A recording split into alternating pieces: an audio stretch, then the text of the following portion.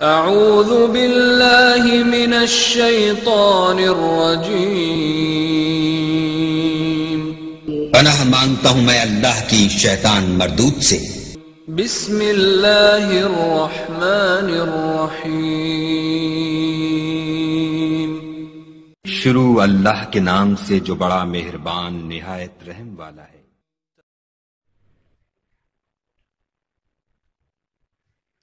السلام علیکم ورحمۃ اللہ وبرکاتہ۔ الحمد للہ رب العالمین والصلاة والسلام علی رسولہ الکریم وعلی آلہ وصحبہ اجمعین، اما بعد۔ تمام قسم کی تعریف اللہ سبحانہ تعالیٰ کے لیے ہے جو ساری کائنات کا پالنہار ہے۔ درود و سلام ہو جناب محمد الرسول اللہ صلی اللہ علیہ وسلم پر۔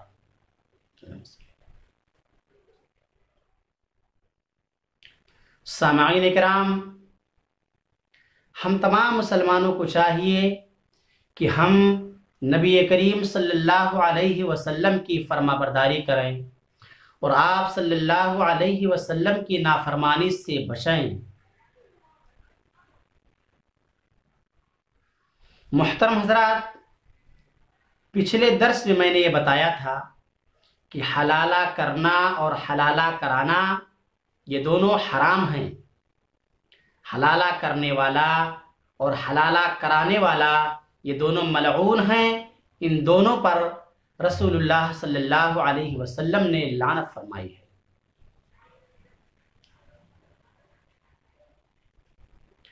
آج کے اس درس میں انشاءاللہ ہم یہ جانیں گے کہ نبی کریم صلی اللہ علیہ وسلم نے کرائے کا سانڈ کسے کہا ہے،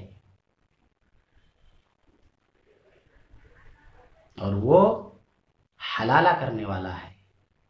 حلالہ کرنے والے کو نبی محترم صلی اللہ علیہ وسلم نے کرائے کا سانڈ کہا ہے۔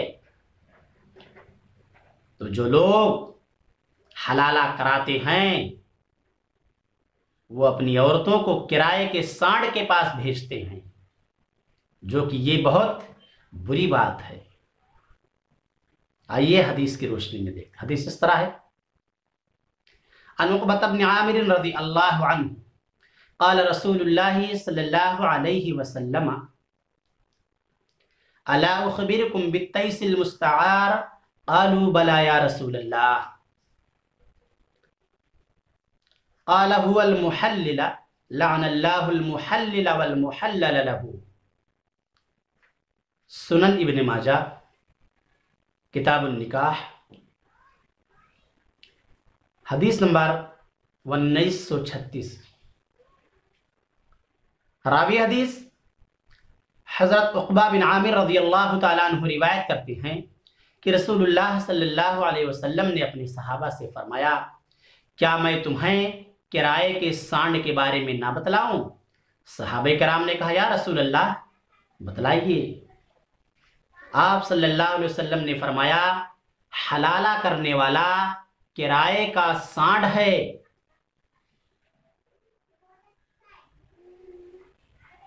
اور آپ نے فرمایا کہ اللہ سبحانہ تعالی حلالہ کرنے والے اور حلالہ کرانے والے پر لعنت فرمائی ہے۔ سامعین کرام، اس حدیث پر غور کریں کہ کیا ہم نبی کریم صلی اللہ علیہ وسلم کے فرما بردار ہیں یا نافرمان ہیں۔ اس حدیث میں صاف طور سے یہ بیان کر دیا گیا کہ حلالہ کرنا ناجائز اور حرام ہے، یہاں تک کہ حلالہ کرنے والے کو محمد الرسول اللہ صلی اللہ علیہ وسلم نے کرائے کا سانڈ کہا۔ اور سانڈ گائے اور بھینسوں کے لیے ہوتے ہیں، عورتوں کے لیے نہیں ہوتے ہیں۔ اور حلالہ کرنے والے اور حلالہ کرانے والے پر لعنت فرمائی ہے اللہ نے۔ بھلا بتائیں کیا جائز کام پر لعنت ہوتی ہے؟ لعنت تو اسی کام پر ہوگی جو کام بہت برا ہو، جو حرام اور کبیرہ گناہ ہو۔ لعنت تو اسی چیز پر ہوگی جو اللہ سبحانہ تعالیٰ کی نظروں میں بہت برا ہوگا، اور حلالہ کرنے والے اور حلالہ کرانے والے پر لعنت بھیجی گئی ہے۔ تو ہمیں چاہیے کہ ہم قرآن اور صحیح احادیث پر عمل کریں، مولویوں کے بتائے ہوئے طریقے پر اگر چلیں گے، قرآن و حدیث کو چھوڑ دیں گے تو سوائے بربادی کے اور کچھ نہیں ملے گا۔ دیکھیے قرآن اور حدیث کو چھوڑا گیا تو حلالہ جیسی نوبت آ گئی جہاں پر عزتیں برباد ہوتی ہیں۔ حلالہ کے نام پر بدکاری کا اڈا کھول رکھا ہے ان لوگوں نے، زناکاری کا اڈا ہے یہ۔